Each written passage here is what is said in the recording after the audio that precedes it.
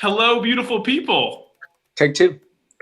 Take two. For the people listening on the audio version, they're going to be like, what the hell? We had just a little crash happen, I guess. Jeff's not paying his bills over in Bexley, so I'm telling you, it's the effect. It's my effect, man. I guess I'm going to start this one over, though. I'm Bobby Levine. Alongside me is my guy, my right-hand man, Jeffrey Webb. Happy Thursday again. This is deja vu. And then joining us for the first time ever, his not first podcast ever, is a very good friend of mine, Marshaun Waters. Marshaun, welcome. Hello, beautiful people. All the beautiful people in Bobby's words. Hello to all. And you are before we got cut off. What were you drinking? All right, so I can't. I'm a bourbon guy. I'm a bourbon guy through and through, but kind of last minute. No bourbon on deck. All I have is a little Pinot, in a bourbon glass, I guess. So winding it up tonight. A little wine tonight, taking it easy, smooth. I love it. I love it. Welcome to the podcast. Sorry we had a little technical difficulty start off with. Tonight, though, both you guys are in Columbus, correct? Correct. Yep. Correct. Still. No one's traveling anywhere. Marshaun and I have worked together for a year and a half. Yeah, I'll say so. About a year and a half. We both work at Spectrum. He was on the final couples. Did you work on High School Blitz, or was it just the Ohio State football show? I was blitz. I did some. Mostly Ohio State football. I say I did a couple blitz fill-ins, but mostly Ohio State. Before the station switched over and pretty much closed up shop, from sports to news, Marshaun and I were doing a high school football show on Saturdays with Joshua Perry and Brett Hilbrand. Great time. And I found out Marshawn's from Columbus, just like me. And we just bonded over watching Ohio State kick some ass that year. It was the Dwayne Haskin year, so it was a lot of fun. And now Marshaun has positioned himself into the literally right outside, knocking on the door for becoming a full-time employee at Spectrum. So I'm excited for that, and so is Jeff. So we're about to be all three Spectrum employees right when I leave. You're still a Spectrum employee. You're there. No, Bay News now. Bay News guy. Yeah, I said we're all three Spectrum employees. Oh yeah. This is my first week at the new job. Today was actually pretty fun. I was so nervous going into it, just a whole bunch of like background noise. But the last couple of days were a lot of fun. Pretty simple, knowing what I had to do. I got off work super early, like an hour and a half early, so I took a nap. And it's different because when you guys work in Columbus, you guys are only working 8 hours. Yeah. I have to work 9 hours, but I get an hour break. So this is new. I know. It's a little unique. So in the middle of my day today, towards the end of it, I went for a mile run, did some core, and then I hopped in the pool. That was my hour break. I came back out, got a protein shake, and I was back to work for another hour. So, but Marshaun, we're going to be. I feel like you're leaving out a lot of information on that pool hopping. Oh yeah. I feel like we got a few snaps from you. I'm not sure about that though. You and the rest of my Snapchat group. I went a little skinny dipping today. It's not the first time I've gotten that snap from Bobby, and it's damn right. Sometimes go ahead. It's like he really goes for the shock factor. Just one second is just a beautiful St. Pete coastline, and next is just a face full of cheeks. It's good though. It's all good fun. Everyone seems to enjoy them. I get a lot of ha-ha's or like "fuck yous" back. But on another Snapchat moment, I got a Snapchat from Jeff tonight of your cooking. Oh yeah. Nice. Marshaun, did you see what he cooked?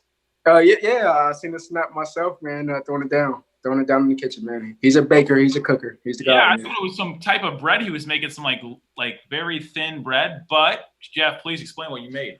I took a head of cauliflower, got that moisture out of there, put some cheese and egg in that, baked it up, cauliflower pizza crust, perfect option, super just super light, super low calorie.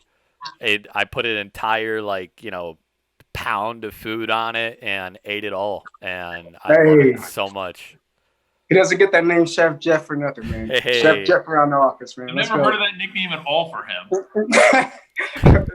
recent pickup around the office, man. Chef freaking Jeff. I love that though. That's great. All right, we got to give a little background though, more on Marshaun, just because him and I did work together. That was a background story of how him and I became friends. This is what he sent me, folks. So don't call this for like pen on paper, real truth. Truth, right hand to God. Right hand to God on all of this, man. He's a lover, not a fighter. He's always said that. He beat MJ in a game one-on-one when he was a high school junior. Mm-hmm. Who's MJ? Yeah, what does MJ stand for? Michael Jordan, man. What can I say? Mike, the MJ, man. He was MJ. there. Damn. Sorry. All right. I'm actually breaking a whole NDA. I'm breaking a whole NDA right now. I'm telling you guys this. But this is just for you, just for Untitled. I'm breaking that pawn. You're a terrible guitarist, so I'm gonna say that's the truth. I don't think anyone would lie about being a terrible guitarist. No. Listen, I've heard this guy play, and he's in the starting stages, but he's got a lot of promise. Hey, that's all that matters. That's all that matters. I'm trying to learn from the pro, man. Jeff. He does some break room jams sometimes. It's a great time. My guy. He's not a flake, which I call absolute bullshit. This is the most important. That's the most important. Second to last. How is that the most important?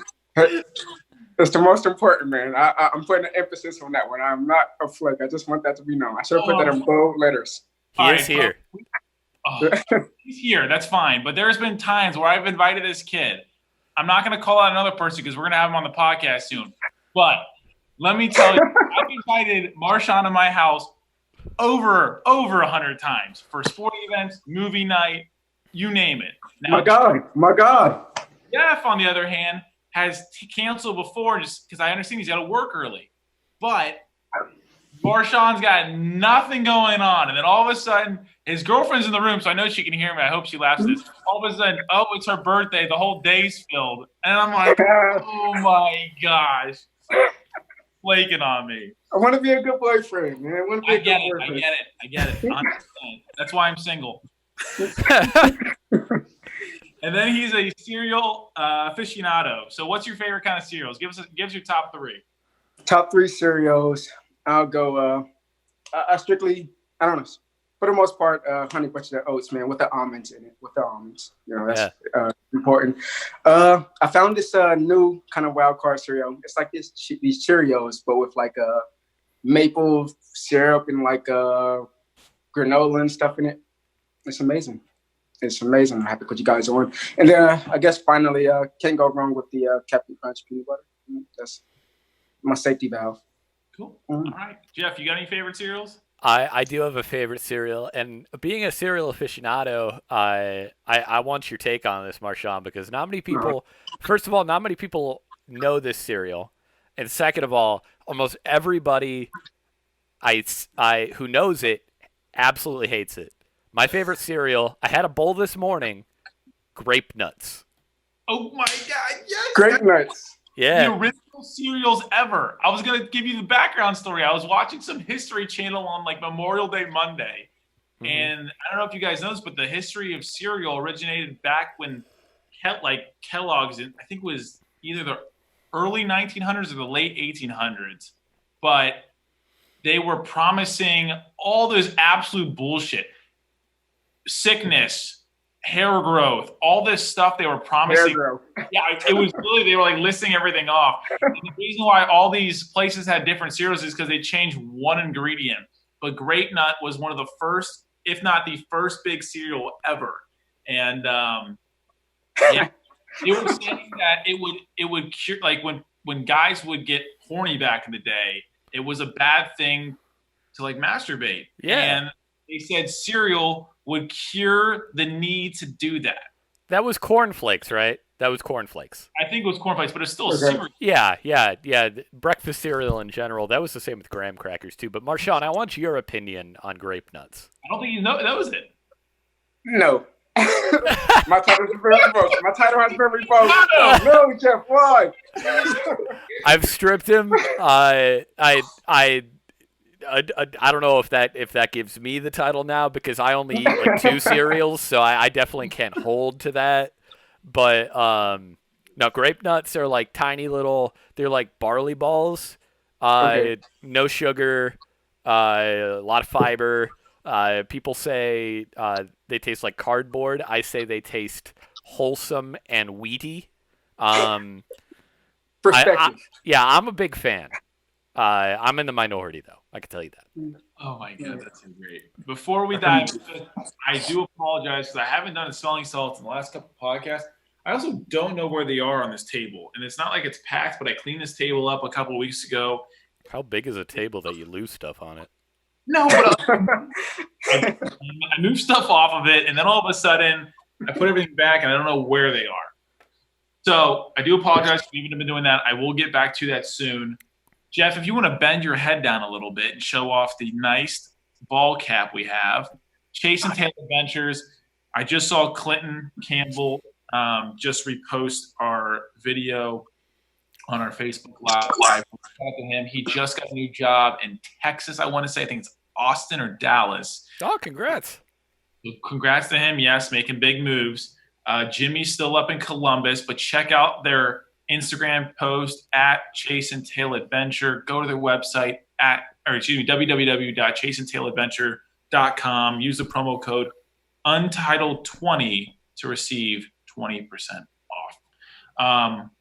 All right, Marshaun. This hat all morning. I went on my 14-mile bike ride. Just small flex.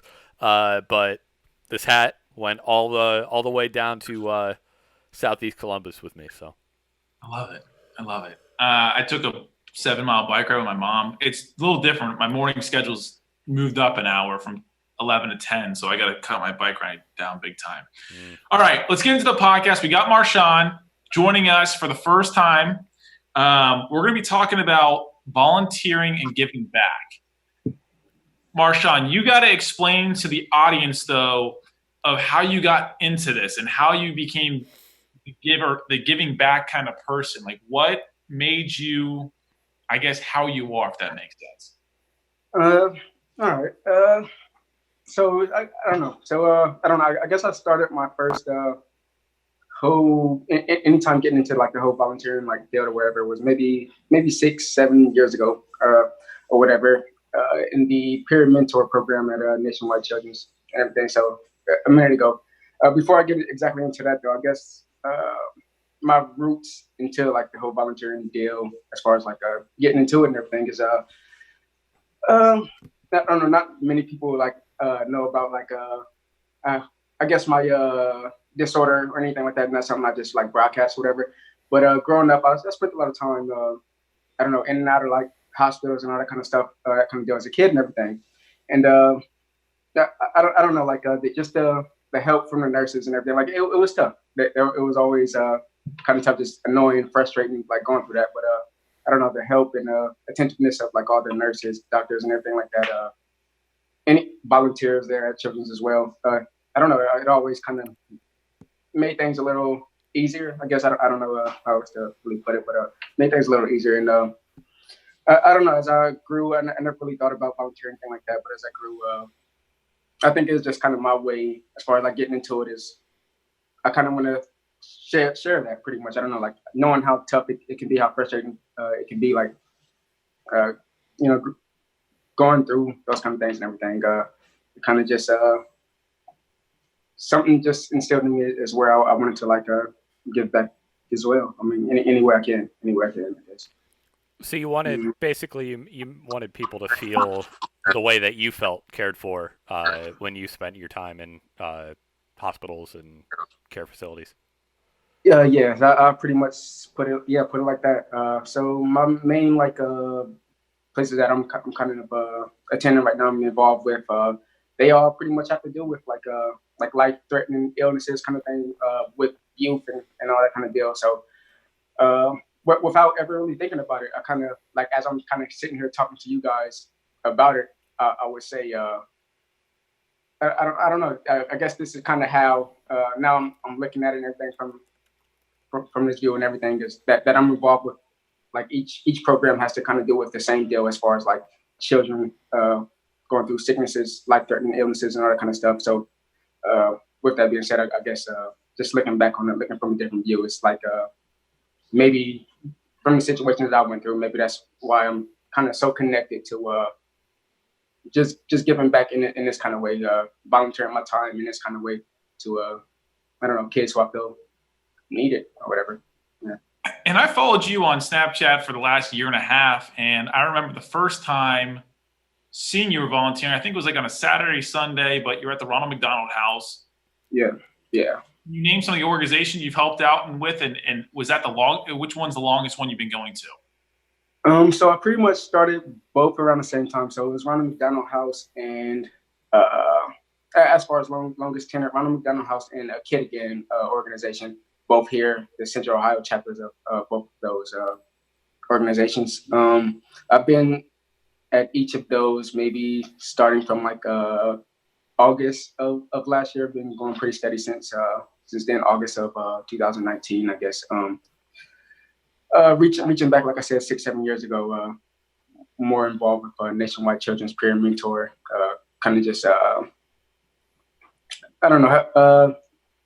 I don't know. It's kind of just with the peer mentor program, it was, I guess, just exactly what it is, what it says, what it states. Just me and a bunch of like kids and everything who I grew up in the Nationwide Children's with. I guess since I came to Ohio, I spent a lot of time at Children's with these same people, and we kind of, I don't know, we kind of acted as a support group to each other and everything. And I don't know, it was pretty cool. But as far as Ronald McDonald, as far as a Kid Again, about a year and some months, staying back from last year with those two. Mm. Mm. Cool. Jeff, you got anything? I just find it like just so powerful that you can take like your relationships, like people that you grew up with and people that that helped you and that you helped along the way, and now you're giving back to like other people, kids who are just waiting for that. They need that. They need that service. They need that spark in their lives, and that's going to inspire, the next generation, them to act as you're acting. And I think that's really just great. Yeah, absolutely. So I'll say with like the A Kid Again program, I guess that's like the main focus with that. I like their whole deal, I guess, is just to get like so it deals with like kids obviously with like life-threatening illnesses and all.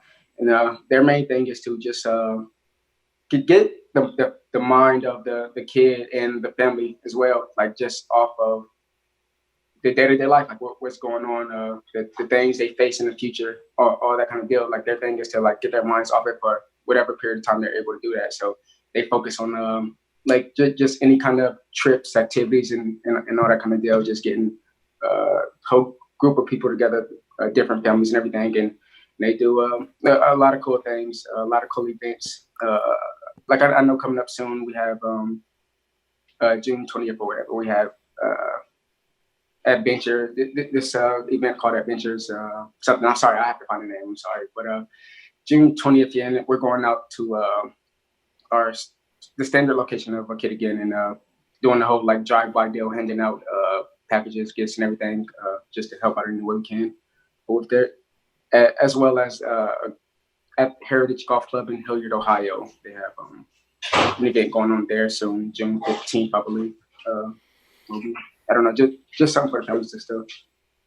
And when you meet, and I guess you've been with these families for a while now, do you grow closer to the kid and the family? Do you stay in communication with them, text them, give them tips on what's going on with their daily life? Obviously, they're children, and you're 24, 25, 26, you've lived through that already. Do you give them advice that way? That's a good question. I mean, good point. But personally, no texting back and forth at the moment. I definitely feel like I make a connection every time. Though any family I meet, any kid I meet, I try to be as I don't know, as relatable as possible. I don't just bring up, I guess, my situation or anything like that. I kind of let whatever they want to talk about, whatever, if they want to bring up their illness, if they want to, I don't know, converse and I don't know my backstory. I bring it up in that way, but it's not something I generally just throw out to anything. But as far as relationships and everything, no texting back and forth. But these are people, as far as like Ronald McDonald House, these are like kids and everything that you can see consistently or whatever. Like people you see pretty much anytime you go in, it's the same faces and everything. So you get friendly in that way or whatever. So are you in these situations? Are you like paired up with certain people, and like you, like over time, like for like a span of however long they're in care, are you kind of like their partner, or are you there to just kind of facilitate the entire experience for everybody? It would be the latter in both situations, as far as both organizations. It'd be the latter there. So yeah, like Ronald McDonald House and everything, you're kind of like a Swiss Army knife or whatever. Jack of all trades there. They have a lot of different ways you can sort of help out, whatever. Whether you're working front desk, getting everyone checked in and everything, or I don't know, being of assistance to any family who needs to give them tours. I mean, like it's a million things like constantly like going on, cooking, helping it out in the kitchen and everything. So you're kind of jack of all trades there, just helping out the house, basically trying to make things as comfortable for the families who have to stay there and everything. So you're just trying to do whatever you can in that way. And as far as a kid again, with these events, yes, same way, I guess, sort of. It's just yeah, you're just jumping everywhere, whatever they need, really. Just try to help out. So not really a parent kind of deal, but yeah, you're just making yourself available, whatever you can do to help. How'd you hear about to get involved with this? Did someone approach you and say, "Hey, you work well with kids. I think you'd work well at one of these foundations. You can give back. You can teach. You can guide." Yeah. So it also falls back to I guess my youth experience and everything like that. So being at Children's, the Ronald McDonald House is exactly across the street from Children's Hospital and everything. And during my stays there and everything, there was like always like some sort of like partnership, if you will, I guess, where the Ronald McDonald House was always like it's so involved with children's and everything. So whether it be visits or anything from people from McDonald House to Ronald McDonald House to doing, I don't know. Basically, I had a pretty early relationship with Ronald McDonald House, and always seeing it when I was there. And I don't know, as a kid, I just always thought it was like just something cool. I thought they were doing like a lot of good or whatever. So I don't know. Once I became an adult or whatever, it was just kind of natural to once I decided I wanted to like really get involved with like volunteering and everything. When I was going through my options, it just seemed I don't know. It just seemed like it fit. It just seemed like the right choice. Ronald McDonald House, whatever. It was natural. So, what do you find like? What do you find most rewarding, most fulfilling about going to these places and helping people? Yeah, that's a good question. Most rewarding. I don't know, just knowing. I guess just knowing that I was able to help in some capacity. I guess knowing I could make their stay, their day any kind of better or whatever. I don't know. I know recently I was hoping I'll give him a tour. This was at Ronald McDonald House. Hoping I'll give him a tour. We were touring like some girls, I believe, from Otterbein College or so. Can't remember the exact college name, but we were giving a tour around the house and everything, showing them around. And as we're doing it, a mother and her son are just walking by, and they stop it as we're walking by. They stop us, stop the group and everything. And she pretty much just starts giving like her own testimonial, I guess, about the Ronald McDonald House and everything, about how, like, she was from Tennessee, her and her son was from Tennessee, but they drove all the way here to the Columbus branch for the Ronald McDonald House, just because she really enjoys her time. Anytime she like comes here, her son suffering from life-threatening illness and everything, and so she's been here a few times, so she was able to speak on her experiences and everything from McDonald. And she was just very like glowing about it. No one like told her it wasn't like some setup kind of thing or anything like that. She just like stopped us as we were going, start kind of pouring her heart out, I guess, about it. And I don't know, just like little moments like that, man. It was just it's very cool. Just cool to be able to be a part of. I don't know, something that's doing so much good for people, that's bringing so much joy to people. So I think in those situations, obviously, like you saying, she's coming up to Columbus because she's a child, correct? Yeah. So I would always probably agree. Like my dad would always say, or my mom would say, when I was getting sick with diabetes and going to the hospital, like that was one of the scariest moments for them. And I was younger. I think it was like a couple days into me being alive, they thought I think it was tuberculosis. And so they were very, very nervous about that. And they just, anytime something happens to your child, I guarantee that's so scary being a parent. And then you've got angels, which I would call you guys volunteers, spending your own time and day for free just to give back and to make their day any better. So obviously she's got a connection with you in a positive note in such a dark time. So hats off to you. And my next question would be, I know you love doing this, and how has the process changed within the last couple months with the coronavirus? Are they still allowing volunteers? Are they testing you? Are they checking temperatures? Can you give us a little rundown on that one? So as far as so it's kind of being handled like two different ways, I guess, as far as one at a kid again and the other one I'm down the house. As far as a kid again, like they're, like I brought up before, they're kind of like mostly just like all events. They just want to get families and everything together. So they're hosting like all events. That's their thing. It's just events, fun events and everything for the families.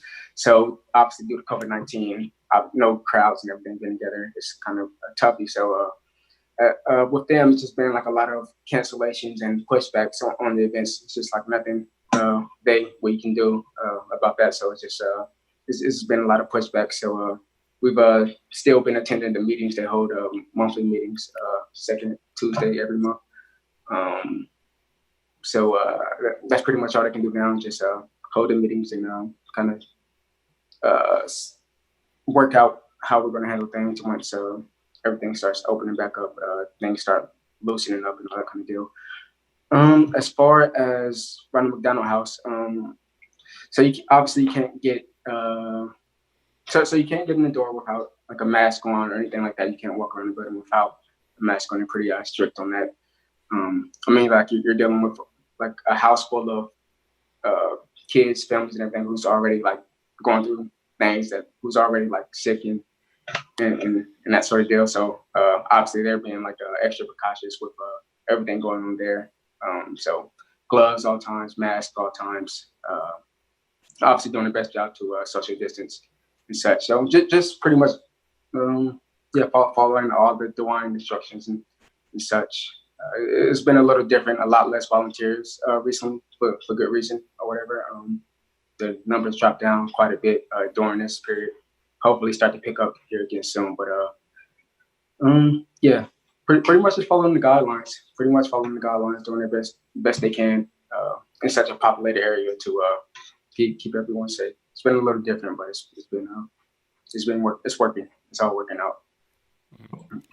Now, with everything going on, something that's really advanced is telehealth in like terms of doctors and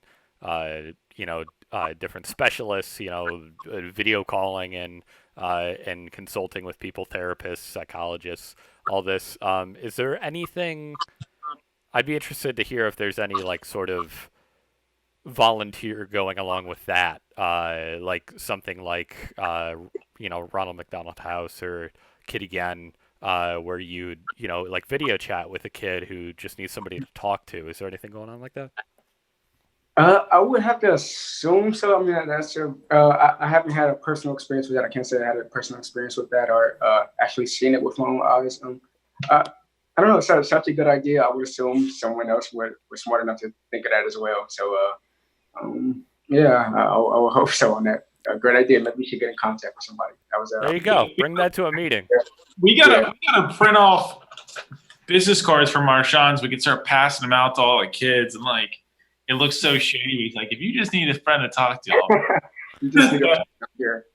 But for my new job, my boss sent out an email yesterday on what stories she wants us to find, and a couple of them are like about daycare centers, kids watching kids, and child abuse. I know this doesn't go along the lines of what you're doing, but with the telecommunication and the telehealth, I feel like just being alone without your friends at this point in life is such a crazy time. I know that for like kids that don't miss school because they have a sickness and they just don't go to school anymore, I know they're missing. I mean, I can only imagine being back in like 5th grade, 4th grade. I see my friends every day at school. Even though I didn't like school, I was still with my friends.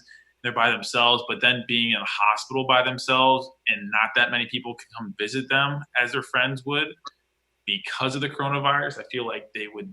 I just need that extra hand. I'm surprised you don't know anything about that. Like if they haven't even brought that up, because I think that'd be just a good thing. Like, hey, here's a phone. Here's Marshaun. Here's an hour. Talk about how you're doing. Just something going on other than being in a hospital queue by yourself. So, somebody get on it. Seriously, I would do that. Yeah. Say, hey man, like how you doing? Like you're not really missing anything because nothing's going on. What's anything out in the real world? But yeah, that's crazy. Now, Marshaun, you bounced around in and out of the hospital growing up.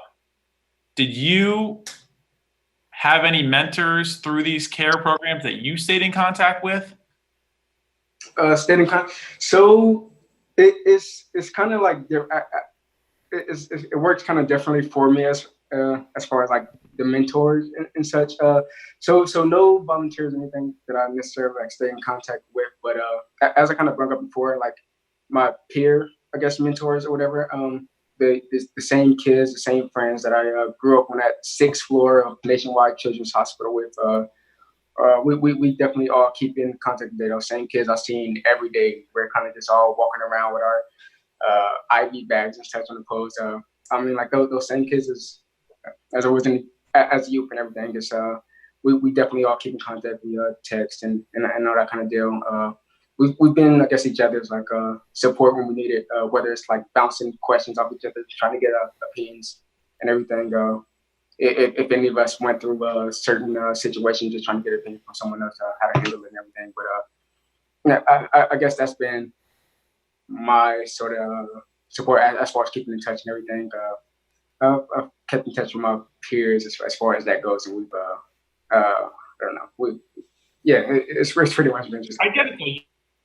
You grew up, and that's what I'm going off the coronavirus thing. Is do you think if you were in the hospital as a young kid at that time, they would allow you to congregate with other kids? I don't think they would. Yeah, and I understand that you being in the hospital as a kid was probably not the most fun because of how much pain you'd be in and how just stressful the situation is. But at least you had people there that you knew. You're like, oh wow, they're in the same time as me. Like at least we can hang out and get through this together. Yeah, that was always cool. That was definitely always cool, man. It's so weird, man. Like to be able to like build friendship, build a family in a sort of way, man. Like do that or whatever. Like just seeing those same faces. Like anytime you're in the hospital, I don't know, you got that friend, that same person you see every time and everything. Like we just I don't know, can be there for each other in some sort of way. So that was always nice. Just weird thinking about it now, man. But that was definitely always nice. I'd have to imagine, because I personally have never been through anything like that, but in an environment such as a hospital where turnover is hopefully very fast, because people come in, they get the care they need and they go out, but that leaves somebody with long-term conditions, in a very rough place because they're not able to hold down a relationship.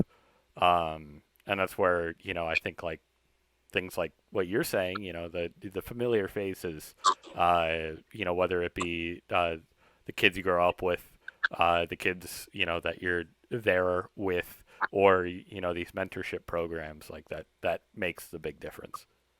Yeah, absolutely. Absolutely, it does. It does. I don't know. Like, thank God. I guess my health's been much improved as an adult or whatever. Found ways to I don't know, keep myself afloat and such, man. Little tricks and such. But I don't know. Definitely as a kid, spending like a lot of time in the hospital. But I don't know. Sometimes it just felt like every month I was just there for an experience. I was just there for an extended period of time and everything. So I don't know. Just to be there and yeah, see those faces. It was always nice. And it's cool that we can all literally still like talk today and everything. We have our group message chats and all that kind of stuff. So it's weird how it all works out. But yeah, I love that. To go off that, I know this is not what you deal with, but cystic fibrosis. They came out with a movie a couple years ago. I think it's called like 5 Feet Apart. I don't know if I heard of that one. But Jeff, have you? Sorry. No. Yeah, dude, you know what? Friendship's over. Well, explain the movie. Yeah, I'm going to explain the movie. But cystic fibrosis is just a different autoimmune disease. And it's kind of unique because me being type 1 diabetic, super out about it. We'll talk to anybody about it. If you're type 1 diabetic, we can have a conversation. Cystic fibrosis, they can't be near somebody with the same disease. So if you have CF and I have CF, we'd have to stay 6 feet apart because we could infect each other and make each other worse and end up killing each other. Kind of a crazy disease. Regardless, in the movie, they have like a cystic fibrosis floor, and the main character girl has like her best friend down the hall, and it's kind of like what Marshaun was saying, like he would see the same people in. So she was checked in, going through her therapy, and then her best friend was there. So they'd like talk, and then they'd go on walks and stay 6 feet apart, obviously. It's a really feel-good movie. It puts you in your feels. I cried big time. So I don't know, made me happy and stuff, but I understand what you're saying. Like you stay in contact, and throughout the years, I meet people on the way and I still stay in contact with being diabetic. And you say you found tricks to help you along the way. There's always obviously tricks along with every disease to, I guess you could say, cut corners or just help you out. And then, but that's awesome. So they're opening back up the kid, how do you pronounce it? It's Ronald McDonald, and what's the other one? Oh, yeah. So Ronald McDonald House, and then a kid again. Yeah, a kid again. But they're having events in June. Yeah. So having an event in June. So they event coming up on the June 20th. So they're still taking obviously their precautions and everything. It is opening up, but yeah, they're taking their precautions and such. So no one will actually. It'll be like a drive-by situation. No one will actually like get out of their cars and everything. They just. And I'm still trying to get more information on it. The email just came out today or whatever. But yeah. So I guess in essence, they'll just be dropping by. We're handing out bags and everything with all sort of things in it, whatever different sort of things. Whether it be board games or such, little gifts, just little things to get everyone by, get the comes by and such. Still trying to get more information on it, obviously. Like I said, came today, but yes, it sounds like a pretty cool event. They'll be holding up signs. Everyone's making signs and such to kind of hold up as everyone drives by. So I thought that was pretty cool. Are you making a sign? I'm not that much of a creative, man. I don't know. Maybe get one of you guys to draw something up for me. But yeah, I don't know. I don't know. We'll see. Just love whatever you got, man. You could put up whatever. Yeah, hold up the blank sign. Just imagine. Imagination. Put your Venmo name on there. Yeah, that's right. Spectrum News 1, weather's on the 1. Yeah. I love it. It'll be cool, though. It'll be cool. Yeah, I don't know. They definitely hold a lot of cool events, man. So I'm hoping everything starts to loosen up here soon. We can get things sort of in order here in Ohio and everything, because they hold like so many cool events that have to be like pushed back. Like usually around this time of year, this is like their peak season, if you will, like that summertime, late spring, summer, where they just like every few weeks they're doing like some kind of big event and everything. So I don't know, kind of sucks. Kind of sucks. Everything's canceled right now, but life's put on hold right now. Yeah, life's on hold. Life's on hold. That's for everyone. How have you maintained though? Obviously, you're fine. You're doing well. You got a job. Yeah. They need you more than you need them. That's what I always say. Make yourself more valuable than the other way around. So, not replaceable. That's cool. Were you nervous? Because you have I wouldn't say an autoimmune disease, but you have a blood disease. So, you want to talk about that? Can we dive into this? I mean, yeah, something to dive in, I guess. I mean, I'm holding up quite fine, I guess. Still sticking to the usual tricks and all. As far as like COVID and everything, hasn't been too much of a change for me personally of my like everyday life and maintaining my health and everything like that. It's not been a huge wrench in the plans or whatever. Yeah, health's been great, man. Sticking to the plan, staying hydrated. You know, everything's been cool. You've been sticking in that control room. Is that's a rule for you guys, right? Yeah, man. In a dungeon, man. 8 hours a day. So I don't know. I get to walk out every now and again for like a bathroom break and just see all the cool conversations they're having. What was it last time I walked out to? Something about like a toe conversation. You and Stephanie, man. It was really, I don't know, really riveting.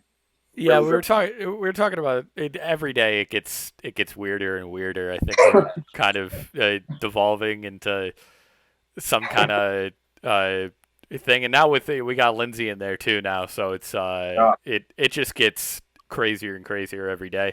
When you're finally allowed to come out, even yesterday, the three of us we sang. Friday by Rebecca Black. I brought in my guitar and we started playing.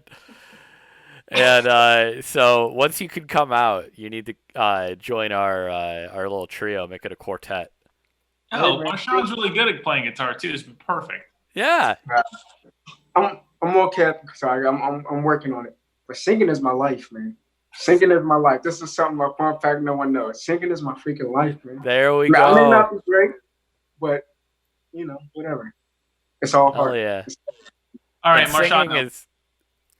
Go ahead. I just want people to understand like where you're coming from. Can you talk about sickle cell? Can we talk about like what happens with it? Like why does it flare up? Can you just explain the process? So because I didn't know anything about it until what was it?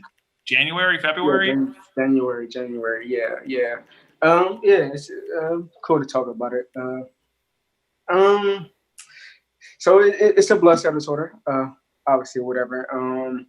So everyone, all right, I'm gonna give my best thing. It's not like all doctor speech and everything. I'll give my best. Go at this. Dumb it down for us. Yeah. Let's see. So yeah, obviously everyone has like those the red blood cells and all circular shape, perfectly circular shaped and all that kind of stuff. With sickle cell, we have a high number of our cells, our red blood cells, are shaped like that sickle tool where it gets its name. That obviously that like I don't know field tool, that sickle shape.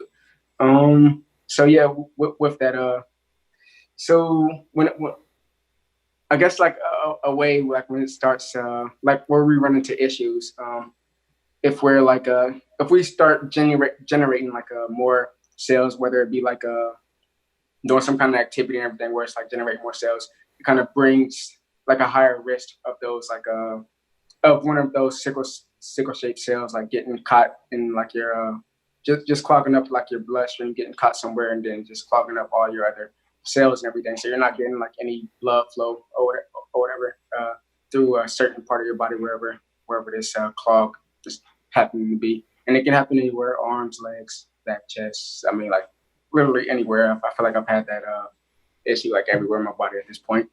But yeah, so it just clogs up the lane and just I don't know, excruciating pain, man. I say excruciating pain, but yeah, it's cool. Everything's cool though, man. Can you explain when the time flares up more? Obviously, it doesn't happen every day. No.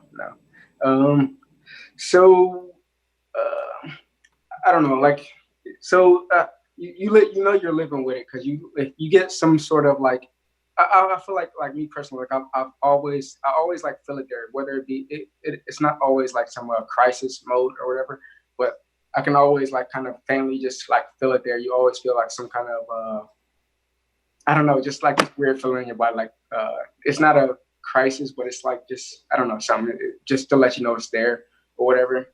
But as far as like getting in full crisis mode and everything, I want to say like summertime because you're like always overexerting a lot of energy. The sun is just making you work a little extra or whatever, so you're exerting energy a lot faster and everything.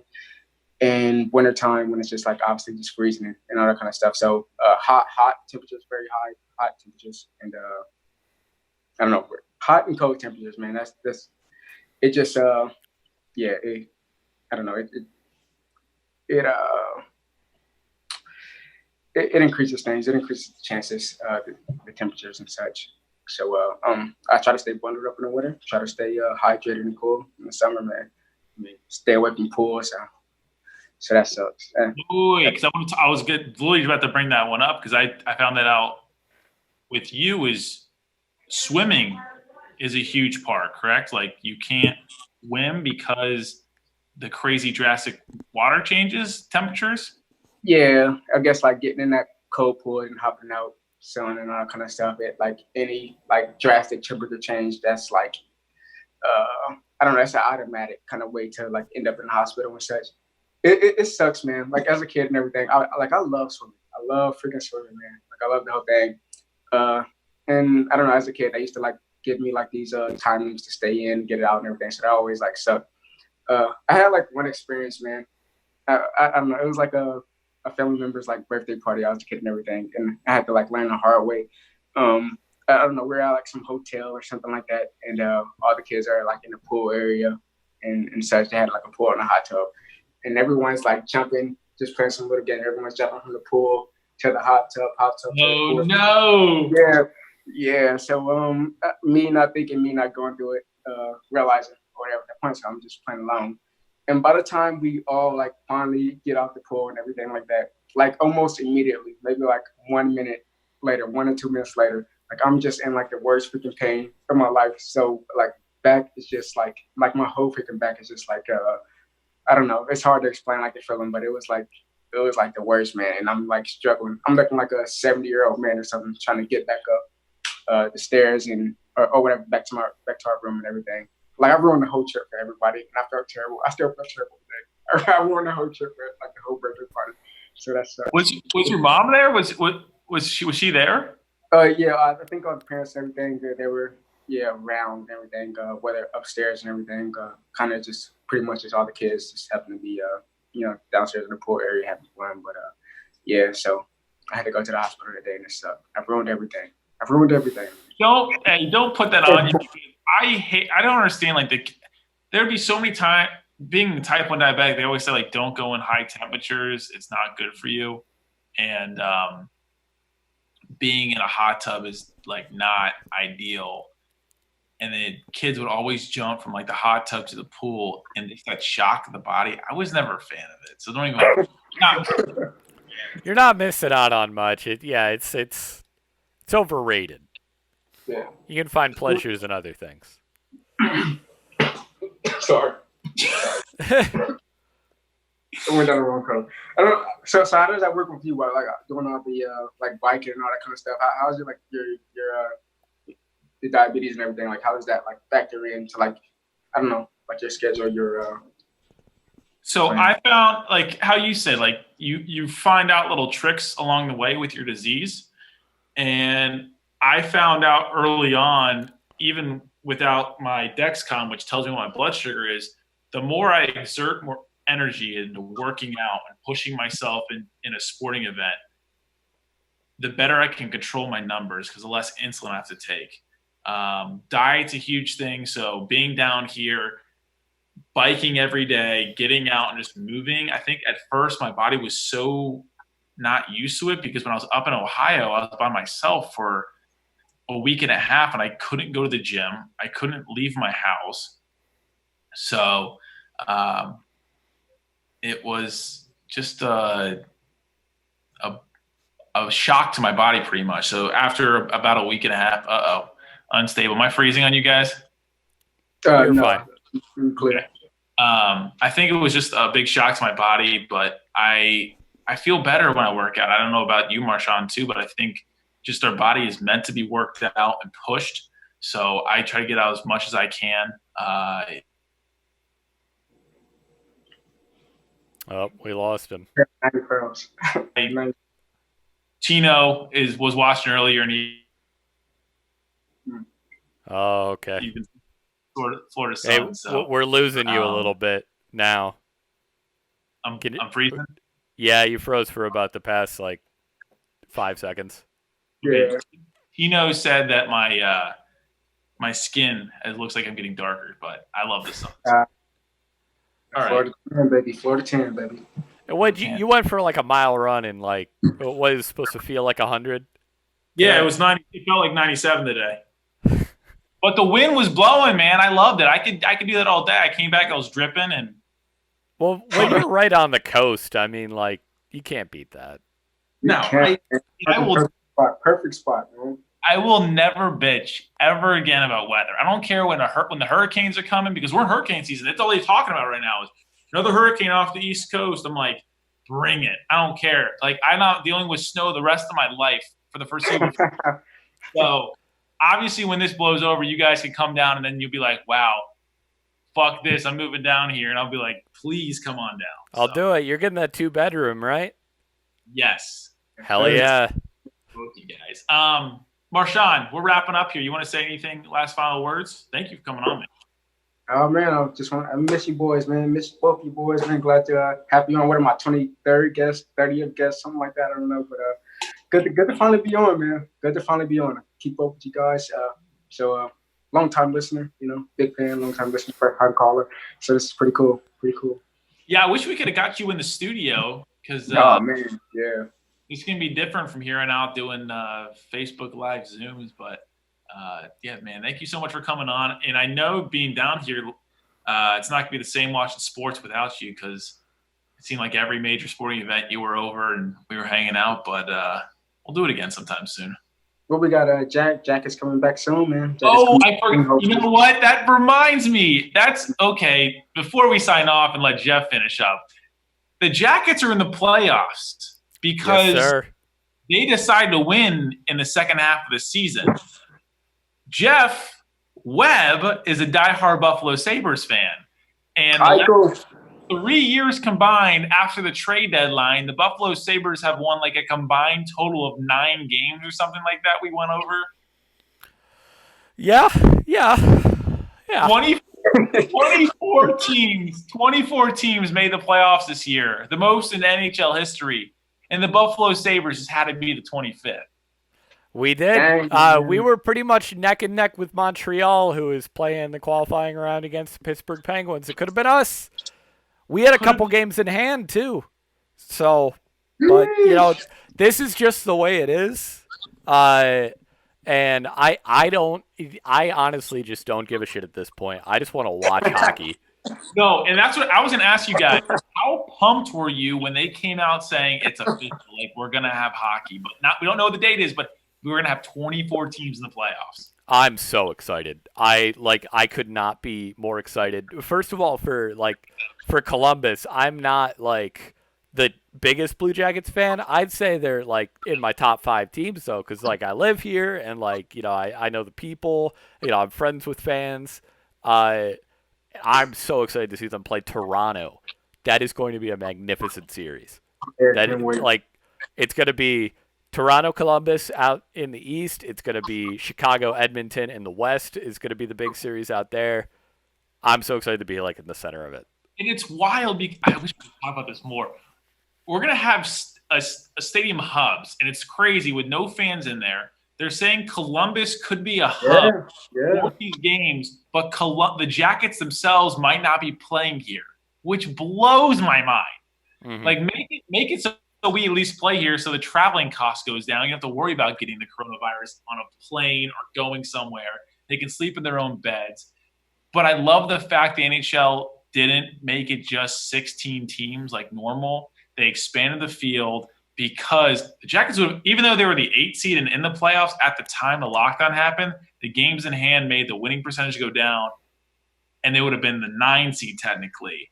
So Gary Bettman, most people hate him, ended up expanding it because he's like, I don't want to make it unfair for these teams that we're technically in, not be in. And it's a best of 5. It's going to be a blood series. Bro, can't wait. Can't wait, man. Can't wait. I think the Jackets, though, win 3-1. Smelling salts ready, man. Let's get it. Smelling salts for sure. The thing I got to say before that, I just want to say, like, the Jackets, this is the best thing that could have happened for them is because they were so hurt. And the whole year. They lost their 5 of their best 8 players from last year after the greatest playoff run this team has ever seen.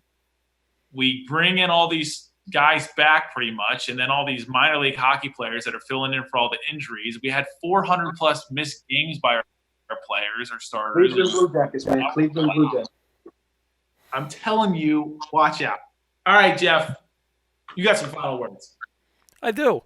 You can follow us on Twitter, twitter.com/UntitledBros, @UntitledBros. We might tweet. You can email us if you want to talk about a previous topic, if you want to suggest a new topic. Hell, if you even want to be on the show, you could shoot us an email over at untitledpodcastoh@gmail.com. We're always looking forward to talking to people.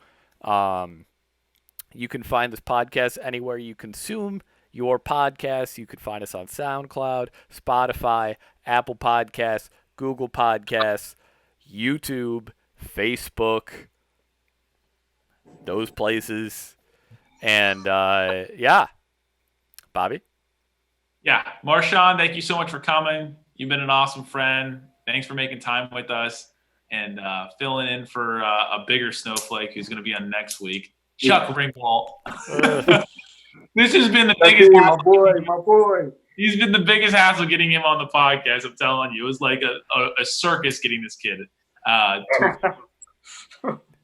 want to say something? Nope. Bite the tongue. Love the kid. We'll be back next week, 8 p.m. Guys, thank you so much. And everyone out there, be safe.